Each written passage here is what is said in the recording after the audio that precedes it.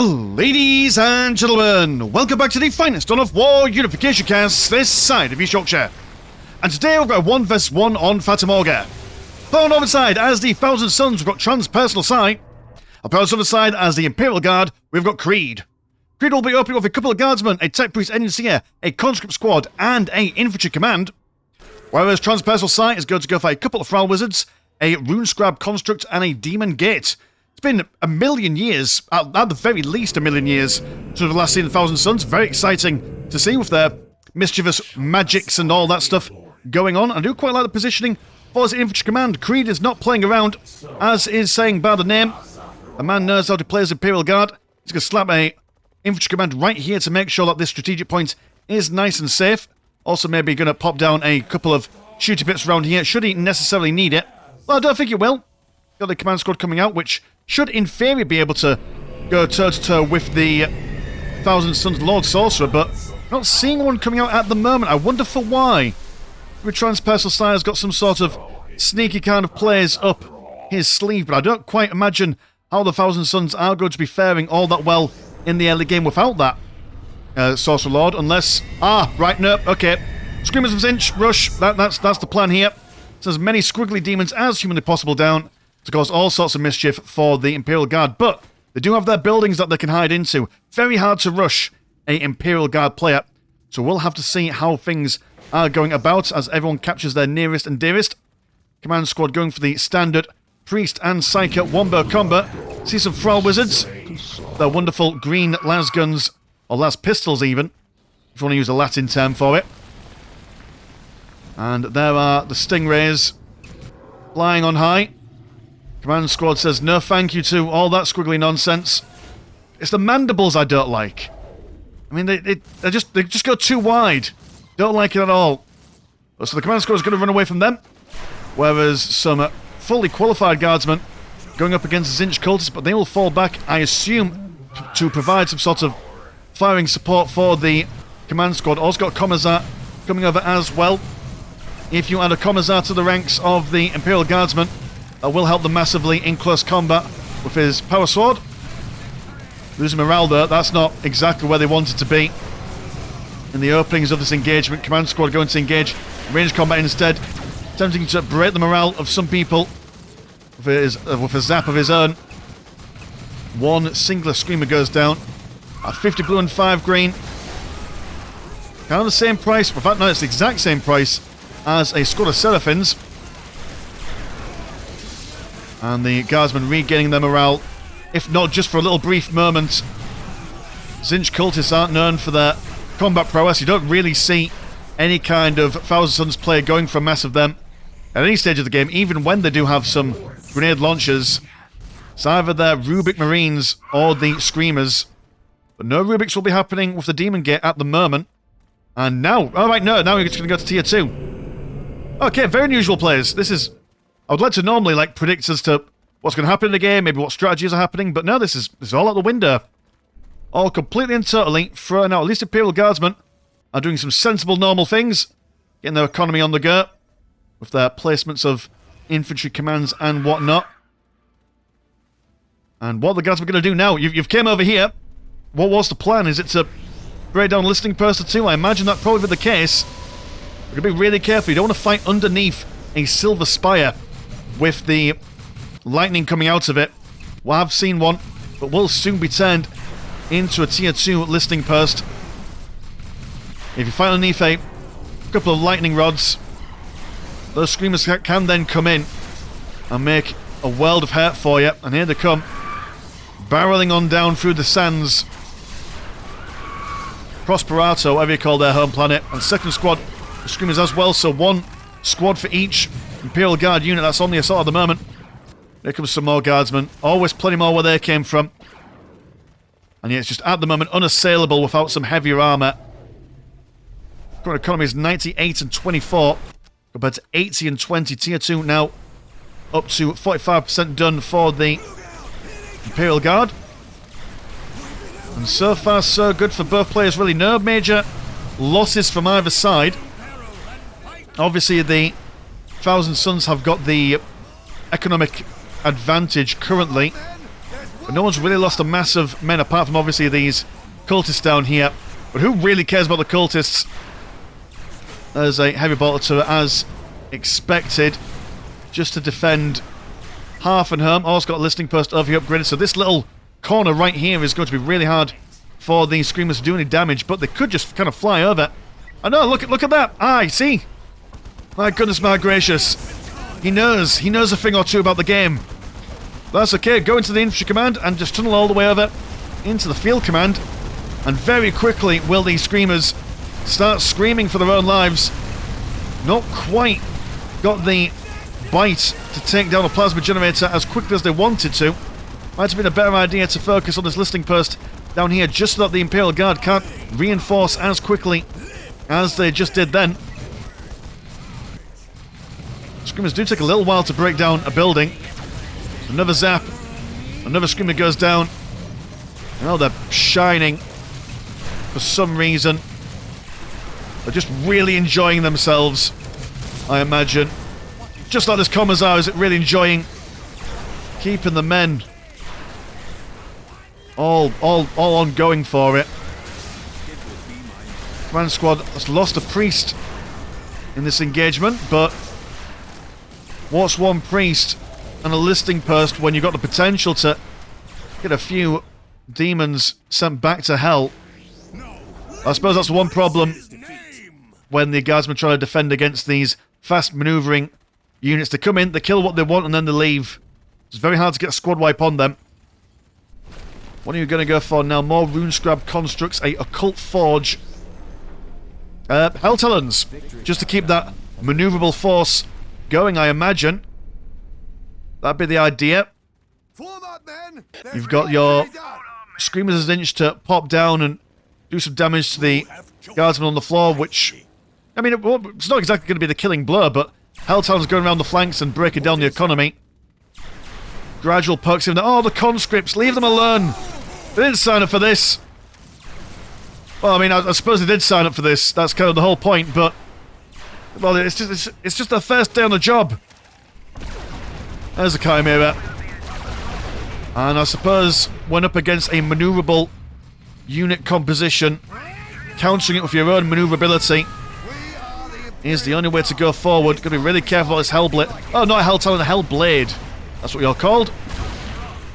Love wait for all wizards. They're dead pretty quickly. TranspersonalPsy with the critical location countdowns.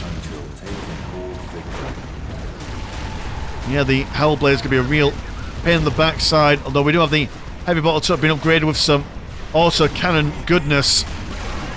A little bit of a 360 no scope by the looks of things. And the Screamers don't really team up all that well into tier 2, in all honesty. It's not like, I know that I compared these guys to Seraphins earlier on. The Seraphins, they've got their angelic visage, they've got their veteran superior with the Inferno pistols, all that good stuff.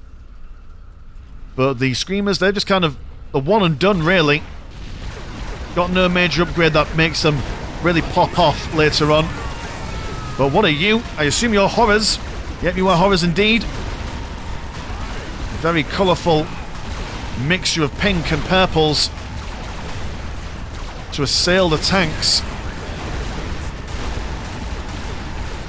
But just, I mean, yeah, more Chimeras. They're quite cheap, although not enough Greenleaf to really keep them pumping out as much as you really want to. So might need to get some economic upgrades in there. Now all the Screamers are dead and dying. And for all that, one Chimera goes down, or at least a couple. Blue Horrors keeping the boys back for a little while. Same with the Hellblade.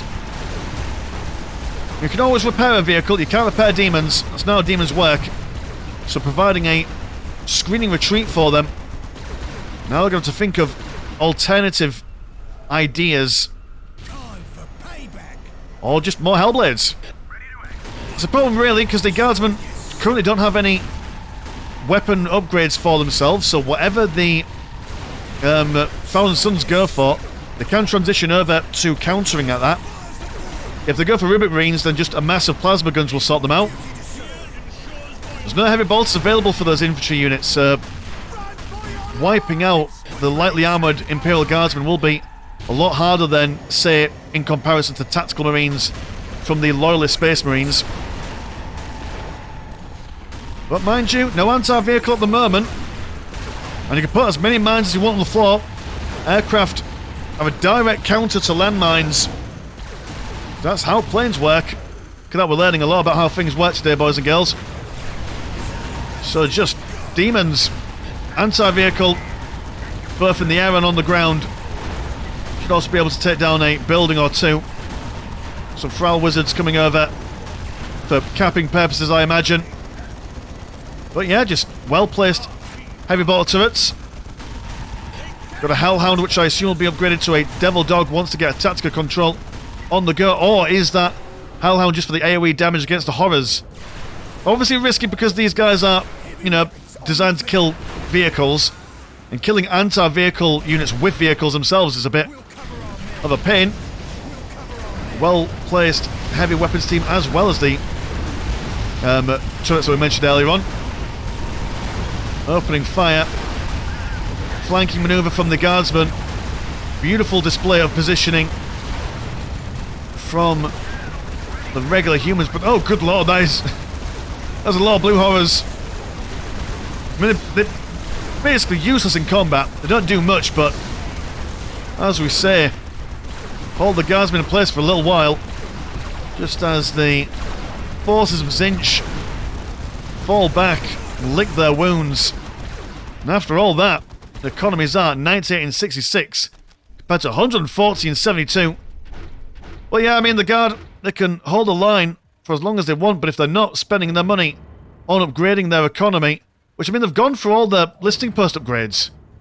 But I assume that they've not gone for the requisition of the blue flag thing. Or if they have, then I don't know. Don't know what's going on.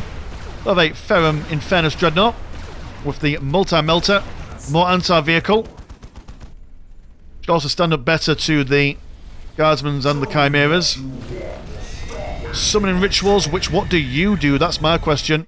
We're going to have a look at this because I don't like not knowing too much.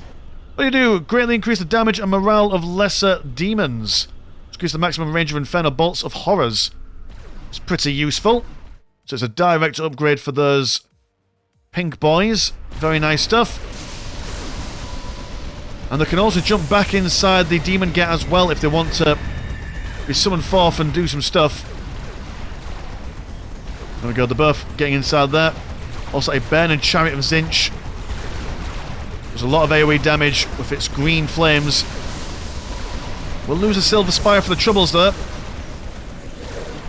And we'll see a Predator. Where is that Infernus Dreadnought? Oh, he's going to come down and say hello to this undefended area down here. I mean, it's defended by buildings, obviously, but not by the Guard. Let's sneak in for a cheeky decap on the Relic. Very unfortunate. Here comes that Flaming Chariot. Oh, and I see the Dreadnought gets a bit of vision to allow the Horrors to teleport in, so even though the Thousand Suns lost their Relic, so too will the Imperial Guard. If the Horrors have the attention span for... Oh no, you've got a Hellblade. It's been blocked off by this critical location countdown thingamadoodad. There we go, we fixed it. Look at that. Professional casting here, boys and girls. I'm missing a single scintilla of the action. Dreadnought regenning his health a bit. That's not doing him any favours with all this anti-vehicle stuff coming in to take it down, but it's at least absorbed a lot of that damage. Predator's also coming to say hello as well. Manages to take down one Sentinel. Bairn Chariot Zinch is just going absolutely hog wild. A bit of a backflip. Not sure why that's the attack animation, but you know, we'll take it. And actually, this is the one rare occasion where the Blue Horrors are actually getting a good amount of damage done in close combat.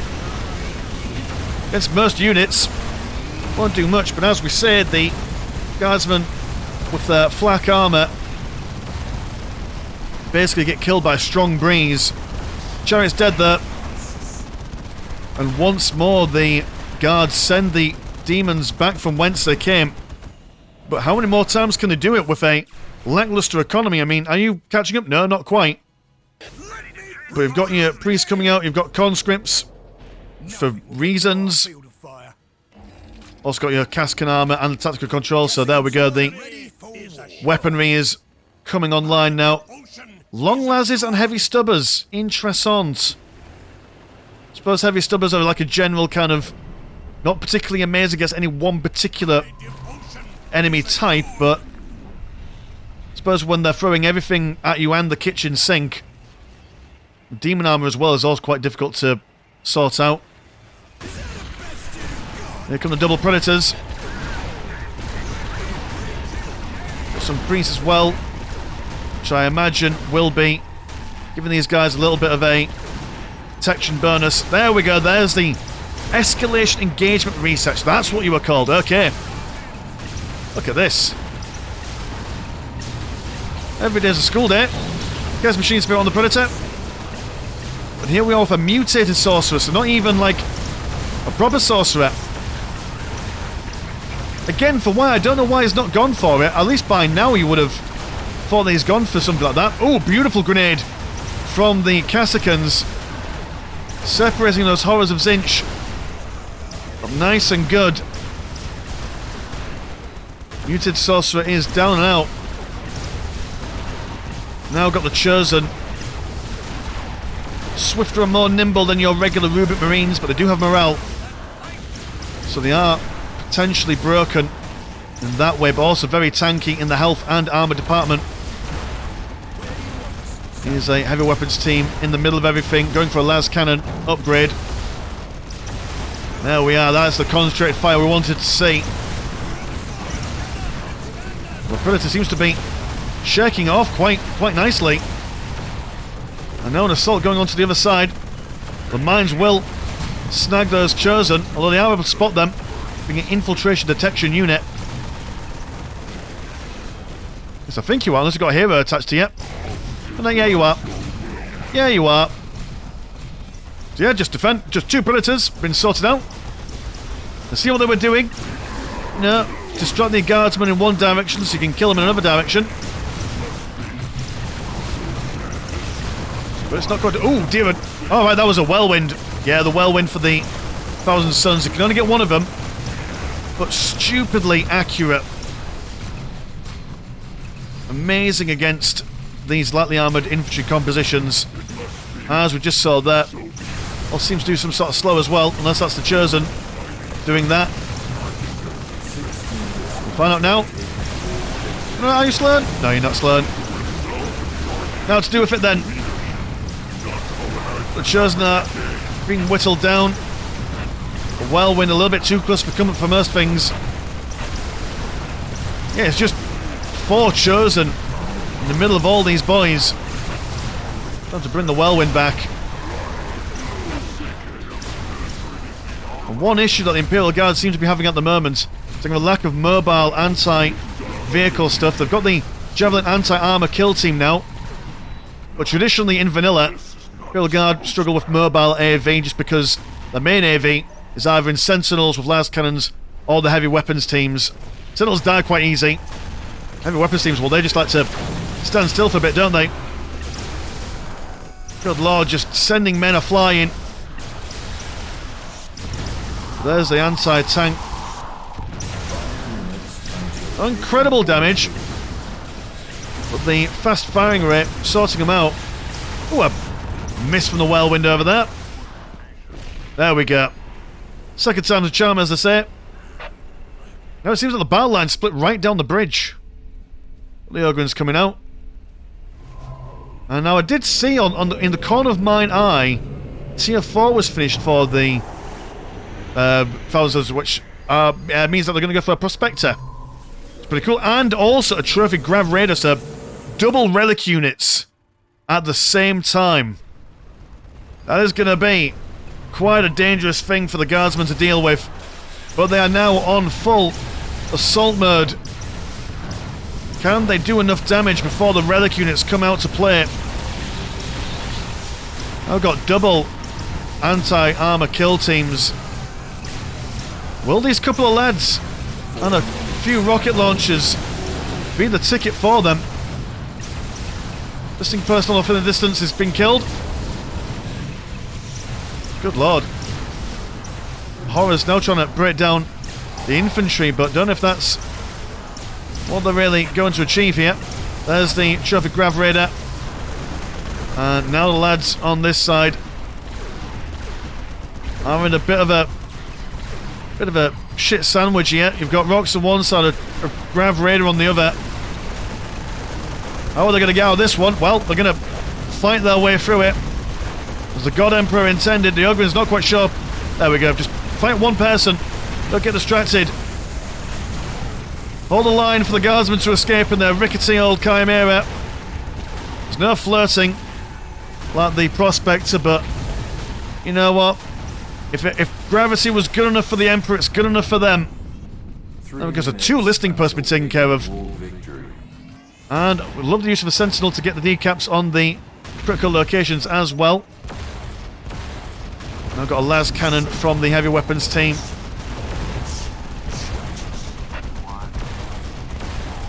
Sentinel will get that decap in there, hopefully. Go on, you could do it. Don't let the game end this way. There we go. Don't get me wrong, it's a legitimate way to win. No shame on anyone who wins through the countdown victory. It's just much more impressive if it's full-blown fight. It was Araman the Exile. There we go, looks like that transpersonal side decided to say, you know what, screw all the low-level psychers. We're getting the main man himself. And an untold level of spells that he can get out. And he's gonna, looks like he's doing some mischievous magics. It's hard to see really because of all the smoke. There we go, loves to make an entrance. Trophy Graverin has gone down there. Psychic explosions from him. Almost like a smite from the Grey Knights. That was what that ability looked like. Oh, that's just his AoE attack, fair enough. Oh dear, Chimera goes down. Guardsman thrown around like confetti off in a distance. We do have the Cascans. Oh, it's a Chosen that do the slow down, right? Okay. Well, they're going to be slow but surely whittled a bit. Ogren's been taken care of. And now a map-wide general debuff been brought on by Araman the Exile. It's like the warp is following them around. The Cascans seem to be dealing with it pretty well. Oh, no, never mind. That whirlwind, man. Good lord. No chill. And just demons and more demons come out. The Prospector. Oh, almost 3D right there. Put your red and blue glasses on. Drifting around. And there used to be an Imperial Guard army defending both the left and the right flank, but there's too many demons, too much magic. And Creed says, well, GG. And what an absolutely stellar defense from the Imperial Guard all the way through that game. I mean, starting off with the squiggly blooming, whatchamacallums, the Screamers of Zinch, and then followed up by the Hellblades, then the blooming Horrors. It was just a constant new thing being thrown at Creed every single couple of moments there. But just wasn't enough. Just wasn't enough. The economy that the Thousands had allowed them to keep up the assault while also being able to tech up and get all the good stuff out. The Imperial Guard didn't quite have the economy to deal with them in the later games. So there we go. So cheers, boys and girls, for watching at home, and cheers to Play Support for sponsoring the channel. And have a look at the old Patreon. £1 a month gets you once a game a week. And there's also Discord, where Discord things happen. Links in the description below. My name's Mr. Landshark. Pleasure's always never short. And I'll see you in a bit. Peace.